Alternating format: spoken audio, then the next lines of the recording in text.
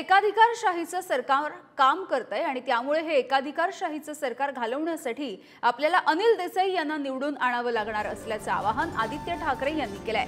ते अनिल देसाई यांच्या प्रचारासाठी आयोजित करण्यात आलेल्या धारावीच्या लेबर कॅम्प परिसरामधल्या शाखा संवाद कार्यक्रमामध्ये बोलत होते। धारावीसाठी आवाज उठवताना इकडचा जो विकास होईल तो धारावीकरांचाच विकास झाला पाहिजे आणि जी ट्रान्झिट कॅम्प होईल ती इकडेच झाली पाहिजे, धारावीमध्येच झाली पाहिजे, तरच आपण त्याला विकास बोलू। आणि मी खोटं बोलत नाही, मी हे करून दाखवलेलं आहे। वरळी मतदारसंघ जो माझा मतदारसंघ आहे, मी जिथून आमदार आहे तिथे, आणि मग श्रद्धाताईंना माहिती आहे वडाळ्यामध्ये देखील बीडीडी चाळींबद्दल आपण ऐकलं असेल। 10,500 माझ्या मतदारसंघात एका बाजूला वरळी बीडीडी चाळ आहे, दुसऱ्या बाजूला 2,500 लोकांचे, वडाळ्यामध्ये 2,500 लोकांचे।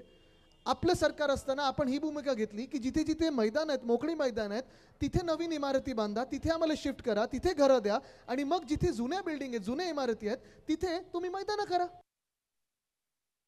भाजपच्या हातात महाशक्ती आहे, जे पूर्णपणे सत्ता काबीज करून बसले दिल्लीवर। ही अशी सत्ता आपल्याला चालणार नाही।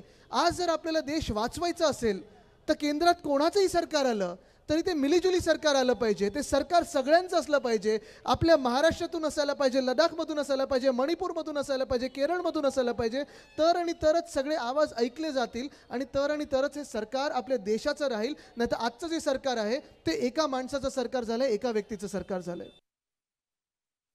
पियुष गोयल ह्या नावाच्या व्यक्तीने, पियुष गोयल साहेबांनी गेल्या 10 वर्षामध्ये भाजपच्या मंत्रिमंडळात राहून मुंबईचा एक तरी विषय दिल्लीत त्यांनी मांडलाय का?